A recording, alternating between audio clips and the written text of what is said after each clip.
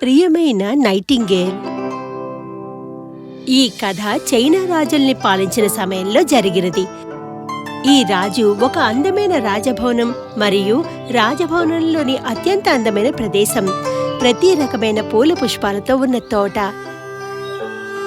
ఈ పువ్వుల్లో కొన్ని మాత్రమే ఈ తోటలో మరియు ఇంకెక్కడా ప్రపంచంలోనే కనబడనివి. తోటమాలి వాటికి చిన్న గంటలు కట్టాడు. ఈ గార్డెన్ ఎంత పెద్దదిగా ఉందంటే మీరు చూస్తే అది అడవికి దారితీస్తుందని అనుకుంటారు. ఒక అడవి, ఆ అడవిలో ప్రవహించే నది పక్కనే ఉంది. ఒక చెట్టు కూడా ఉంది. దానిపై నైటింగేల్ అద్భుతమైన పాటల్ని పాడుతూ ఉండేది. అది అందరినీ మంత్రముగ్ధుల్ని చేస్తూ ఉండేలా ఉండేది. ఈ సామ్రాజ్యం చాలా ప్రసిద్ధి చెందింది. భూముల నుండి వచ్చిన పీపుల్ ద్వారా ఉంటాయని వస్తారు. రైటర్స్ రాజ్యమును గురించిన పుస్తకాలు రాశారు. వాటన్నింటిలో వారు నైటింగేల్ అది పాడిన పాటల గురించి రాశారు. ఒకరోజు రాజు అలాంటి పుస్తకాన్ని చదివాడు. అతను నైటింగేల్ గురించి చదివినప్పుడు ఆలోచనలో ఓడిపోయాడు. మన రాజ్యంలో ఏ పక్షి ఇది? నేను దీని గురించి మునుపు అసలు విననేలేదు. అతను తన ప్రధానమంత్రిని పిలిచాడు. మినిస్టర్, నేనిక్కడ ఏం చదువుతున్నాను? నేను మన రాజ్యంలో నైటింగేల్ అని ఒక పక్షి కూడా ఉందా? ఇక్కడ రాసిన దాని ప్రకారంగా చూస్తే మన మొత్తం రాజ్యంలో ఒక అద్భుతమైన అందమైన పక్షిగా దీన్ని వర్ణించబడింది. అసలు మనం దీని గురించి ఇంత ముందు ఎప్పుడూ విననే లేదు. మహారాజా, నేను ఇలాంటి పక్షి గురించి ఎన్నడూ విననే లేదు. వెళ్ళు, దాన్ని వెతికి తీసుకురా. దానికి చెప్పు, ఈ రోజు సాయంత్రం నా ముందు మంచిగా పాడాలి అని. మీ ఆజ్ఞ శిరోధార్యం మహారాజా. మహారాజు ఆజ్ఞ చేసిన వెంటనే ప్రధానమంత్రి అక్కడి నుండి వెళ్ళాడు. పైన కింద ఎడమ మరియు కుడివైపు అతను రాజభవనంలో కలిసిన ప్రతి ఒక్కరిని అడిగాడు. కానీ ఎవరూ నైటింగేల్ గురించి వినలేదు. అతను మరోసారి రాజవద్దకు వెళ్ళాడు. మహారాజా, రచయితలు వారు ఊహకు ఒక కల్పితంగా పక్షి గురించి రాసి ఉండవచ్చని నా అనుమానం మహారాజా. వాస్తవానికి అలాంటి పక్షి అసలు ఈ ప్రపంచంలోనే అసలు ఉండకపోవచ్చేమో కదా. లేదు, జపాన్ ఒక యువరాజు నాకు ఈ పుస్తకాన్ని పంపించాడు. ఈ బుక్ లో రాసింది అబద్ధమని నేను అస్సలు అనుకోవడం లేదు. నేను ఆ నైటింగేల్ యొక్క పాటని ఎలాగైనా వినాలనుకుంటున్నా. ఈ రోజు సాయంత్రం కల్లా దాన్ని తీసుకురండి, లేకపోతే ఏమవుతుందో తెలుసా? మొత్తం రాజ్యానికి శిక్ష పడుతుంది. ప్రధానమంత్రికి ఎటువంటి ప్రత్యామ్నాయం లేదు. అతను పక్షి గురించి అంతటా వచ్చిన ప్రతి ఒక్కరిని అడుగుతూనే ఉన్నాడు. చివరిగా అతను ఒక చిన్న అమ్మాయిని కలుసుకున్నాడు. నైటింగేల్? అవును, నేను దాన్ని చూశాను. నేను దాని పాటను కూడా విన్నాను. అది నది దగ్గర ఉంటుంది. విను, నువ్వు నన్ను నైటింగేల్ వద్దకు తీసుకువెళ్తే కనుక నేను నీకు అద్భుతమైన బహుమతులను ఇస్తాను. ఒకవైపు ఆ అమ్మాయితో కలిసి అడవి వైపు వెళుతూనే మరోవైపు పక్షిని కనుగొన్నట్టుగా మహారాజుకు సందేశాన్ని పంపించాడు. వీరిద్దరూ అడవి ప్రాంతానికి చేరుకున్నప్పుడు రాత్రిపూట నైతికంగా పాడింది. నైటింగేల్ ఆమె పాటను ప్రారంభించింది. చిన్న అమ్మాయి ఇలా అంది, చూడండి, అక్కడుంది. నేను చెప్పిన పక్షి ఇక్కడే ఉంది. ఆ అమ్మాయి చెప్పిన దాని గురించి మంత్రి ఏమీ వినలేదు. అతను నైటింగేల్ పాటలో లీనమైపోయాడు. మీరు దాన్ని విన్నారా? దాని పాట విన్నా ఎవరైనా సరే ప్రపంచాన్ని మర్చిపోతారు.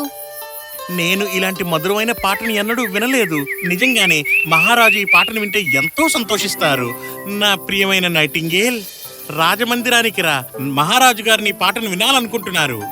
మహారాజు నా పాట వింటాననడము నాకెంతో గర్వకారణము. నేను తప్పకుండా వస్తాను. వారు నైటింగేల్ని తీసుకుని ప్యాలెస్ వైపుకు వెళ్లారు. ఈ రాజభవనం అందంగా అలంకరించబడి గొప్పదనాన్ని ప్రదర్శించింది. మహారాజు తన సింహాసనంపై కూర్చుని ఉన్నాడు. సభికులు, ఉన్నతాధికారులు ఉన్నారు. ఒక బంగారు స్టాండ్ ప్రత్యేకంగా నైటింగేల్ కోసం ఉంచబడింది. రాత్రిపూట అది నిలబడి పాడడం ప్రారంభించింది. అది పాట పాడుతూ కన్నీళ్లు కదిలించి ఎంతో ఉత్తేజపరుస్తోంది. నేను నా బంగారు ఉంగరాన్ని ఆ నైటింగేల్ మెడలో చూడాలని అనుకుంటున్నాను. వద్దు మహారాజా, నాకు అదేమీ అవసరం లేదు. మీరు నా పాట నచ్చినందుకు నాకు బహుమతి ఇవ్వక్కర్లేదు. రాజభవనంలో ఉండడానికి రాజు రాత్రిపూట ఆదేశించాడు. ఆమె కోసం బంగారు పంజరం నిర్మించబడింది.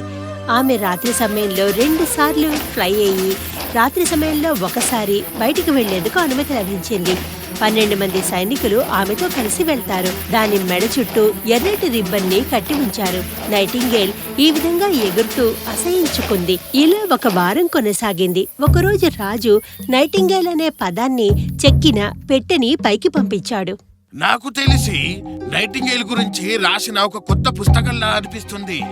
కానీ పట్టెలో ఎటువంటి పుస్తకమూ లేదు. బాక్స్లో వజ్రాలు రత్నాలతో నిండిన ఒక నైటింగేల్ ఉంది. దాని కథలో తికమక పడ్డప్పుడు అది నిజమైన నైటింగేల్ లాగా పాడింది. దీన్ని ఒక జపాన్ మహారాజు తయారు చేశాడు. చైనా రాజుకు చెందిన నైటింగేల్ ముందు ఎటువంటి మెరిట్ కలిగి ఉండదు. కృత్రిమంగా ఉన్న నైటింగేల్ ని చూసి సభలో అందరూ ఎంతో ఆనందిస్తూ ఉన్నారు. ప్రతి ఒక్కరూ అందులోంచి వచ్చే పాటని విని ఆనందిస్తున్నారు. ఇది చాలా అద్భుతం. ఇక ఇప్పుడు ఈ రెండూ కలిసి ఒకేసారి పాడడం మనం విందాం. నైటింగేల్స్ రెండూ కలిసి పాడడానికి సిద్ధమయ్యాయి. కానీ వారి కలయిక పాట నిజమైన నైటింగేల్ వంటి భావనతో పాడింది. కృత్రిమం ఒకదానిలో నిర్మించిన గీతాల్ని మాత్రమే దానికి తెలుసు. అవి మాత్రమే అది పాడగలదు. ఇది అసలు నైటింగేల్ తప్పేమీ కాదు. తనకి ఏ పాటనైతే నేర్పించారో దాన్నే పాడుతోంది.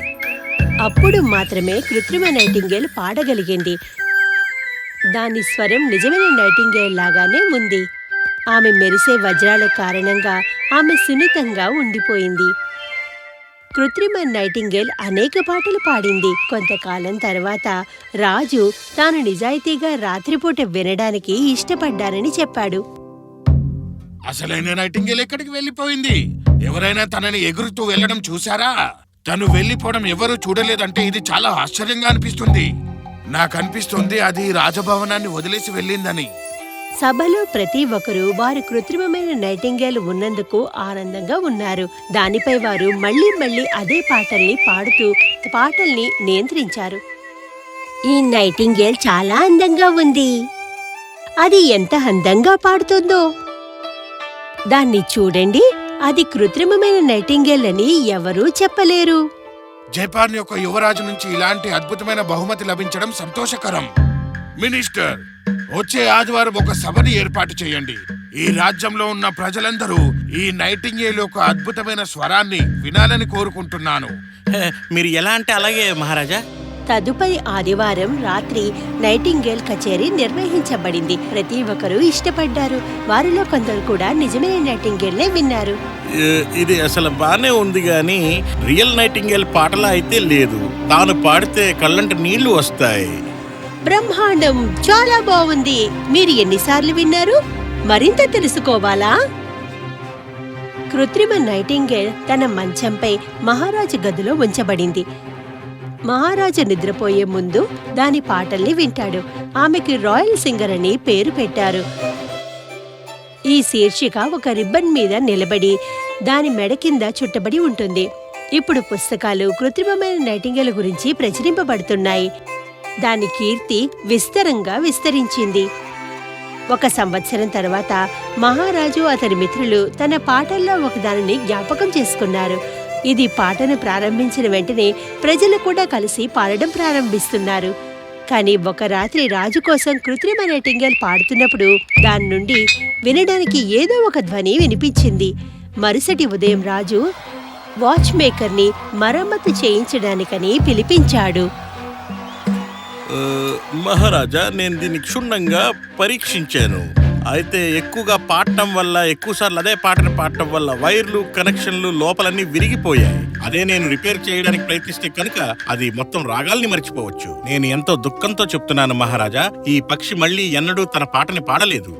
ఇది విన్న తర్వాత నైటింగేల్ అన్నిటికీ వినోదం కోసం మూలంగా మొత్తం సామ్రాజ్యం నిరాశలో మునిగిపోయింది. అలా 5 సంవత్సరాలు గడిచిపోయాయి. మహారాజు అనారోగ్యంతో పడిపోయాడు. అతని ఆరోగ్యం దారుణంగా దెబ్బతింది. రాజు యొక్క ఆరోగ్యం కోసం ప్రజలందరూ ప్రార్థిస్తున్నారు. మహారాజా, మీరు దయచేసి ఏదో ఒకటి తీసుకోండి. మీరు నన్ను ఏం చేయమంటారో చెప్పండి. మహారాజు చెప్పారు ఏమీ వద్దని. అతను బలహీనమైపోయాడు.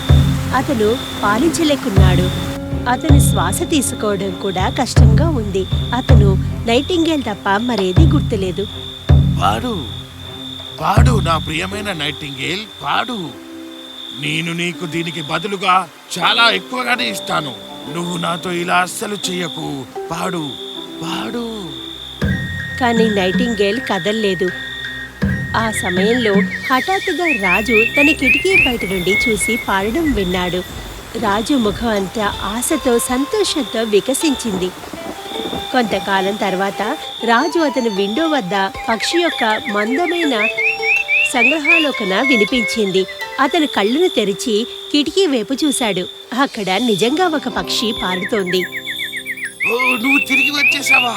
పాడు, పాడు నా ప్రియమైన నైటింగేల్. నైటింగేల్ కొంత సమయం పాటు అక్కడ పాడింది. రాజు ఆనందంగా ప్రతి గమనికతో పెరిగింది. అతని సంకల్పం నెమ్మదిగా పుంజుకుంది. అయితే అది కనిపించింది. ధన్యవాదాలు. చాలా సంతోషం నా ప్రియమైన నైటింగేల్. నన్ను వదిలి ఎందుకు వెళ్ళిపోయావు? కానీ ఈరోజు నువ్వు తిరిగి వచ్చి నన్ను చాలా సంతోషపరిచావు తెలుసా? దీనికి బదులుగా నేను నీకు ఏమివ్వగలను?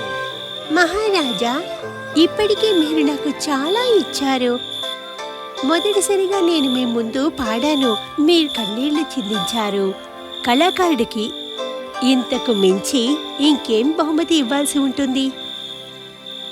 నైటింగేల్ మరొక పాటను పాడింది. దానిని వింటూ మహారాజు నిద్రలోకి జారుకున్నాడు. అతను నిద్రిస్తున్నప్పుడు అతను నిద్ర లేకుండా నిద్రపోతున్నట్లుగా కనిపించాడు. మరుసటి ఉదయం రాజు నిద్రలేచి కిటికీ నుండి సూర్యకిరణాల్ని చూశాడు. రాత్రివేళ అతనికి దగ్గరగా ఉంది. మహారాజు మునుపటి కంటే ఆరోగ్యంగా ఉన్నారు. నాతో ఎప్పటికీ ఉండిపో నా ప్రియమైన నైటింగేల్. ఇంకా నువ్వు పాడు. ఎప్పుడు నీకు పాడాలనిపిస్తే అప్పుడే. నిన్ను పాడమని అస్సలు బలవంత పెట్టాను నేను. లేదు మహారాజా, నేను రాజభవనంలో నివసించలేను. నిన్ను చూస్తున్నట్లుగా నేను భావిస్తాను. నేను వస్తాను. నేను ఎక్కడ సమీపంలో ఒక గూడు నిర్మించుకుంటాను. మీరు నాకు అవసరమైనవి నాకివ్వండి. నేను ఎగరడానికి వీలుగా ఉంటుంది.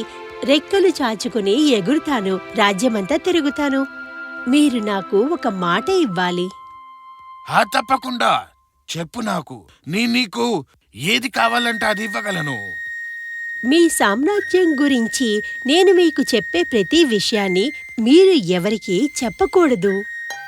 అలాగే, నేనొప్పుకుంటాను. ఈ విధంగా నైటింగేల్ ఎగిరిపోయి మిగతా పక్షుల బోను బంధించకుండా ఉండాలని రాజు గ్రహించాడు.